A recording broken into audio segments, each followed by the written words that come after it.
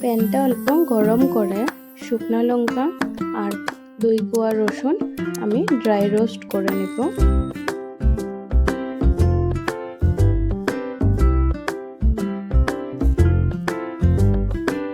এখন আমি কালো তিল আর সাদা তিল দিয়ে দেব, দিয়ে এটাকেও আমি ভালো করে ড্রাই রোস্ট করে নেব।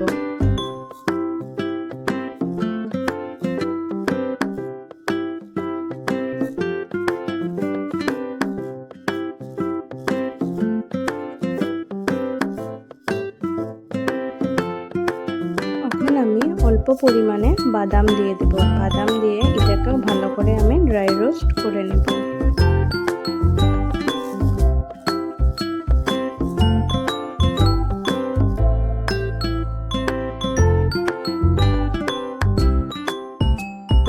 আমাদের মিক্সচারটা ভালো করে ড্রাই রোস্ট হয়ে গেছে। এখন ব্লেন্ডারে ব্লেন্ড করে পরিমাণ মতো নুন দিয়ে দেব, নুন দিয়ে ভালো করে মিক্স করে নিলে আমাদের তিলের চাটনি রেসিপি রেডি।